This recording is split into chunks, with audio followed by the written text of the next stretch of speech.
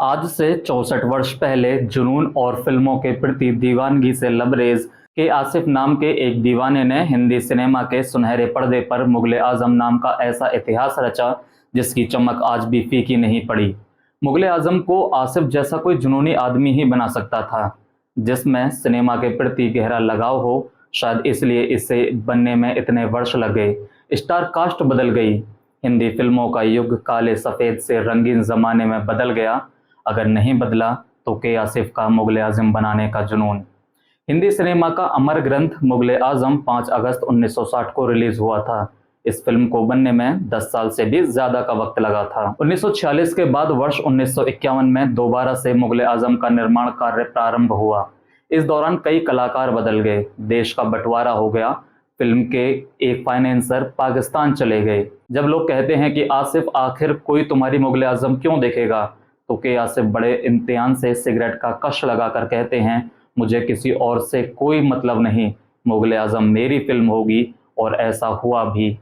10 साल बाद सिनेमा के पर्दे पर जब मैं हिंदुस्तानी हूँ आवाज गूंजी तो हिंदुस्तान ही नहीं पूरी दुनिया आसिफ की कायल हो गई। मुगले आजम 5 अगस्त 1960 को देश भर के 150 सिनेमाघरों में रिलीज हुई, जिसने बॉलीवुड में सबसे अधिक फिल्म रिलीज का रिकॉर्ड स्थापित किया।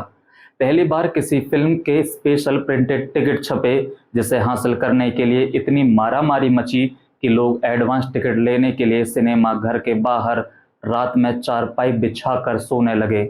कमोबेश यही हाल पूरे देश में था। अकबर के आगे सीना तान कर खड़े सलीम और अनारकली की प्रेम कहानी को सरहद से पार भी भरपूर साथ मिला। लोग पाकिस्तान और अफगानिस्तान से वीजा लेकर भारत सिर्फ मुगले आजम देखने के लिए आने लगे। मुगले आजम सामंती समाज में विरोध स्वरूप तनकर खड़े प्रेम का अमर दस्तावेज है। एक तरफ विशाल मुगल साम्राज्य की शान तो दूसरी तरफ मोहब्बत का जुनून। प्रेम के नाम पर हुई बाप बेटे की इस जंग में कला साहित्य की दुनिया को अनारकली मिली, हिंदी सिनेमा को अपना ट्रेजिडी किंग मिला और आने वाले कई दशकों के लिए हिंदी सिनेमा की ऐतिहासिक फिल्मों को तोलने का पैमाना तय हुआ। फिल्म में लोकप्रियता के सारे रिकॉर्ड तोड़ दिए। के आसिफ का ख्वाब दर्शकों के दिल को छू गया था। आज भी कहते हैं कि मुंबई फिल्म इंडस्ट्री में डायरेक्टर से लेकर स्पॉट बॉय तक हर आदमी के पास सुनाने के लिए मुगले आजम से जुड़ी कोई ना कोई कहानी जरूर है। 64 साल बाद भी इस फिल्म मुगले आजम का जादू लोगों के सर से नहीं उतरा है।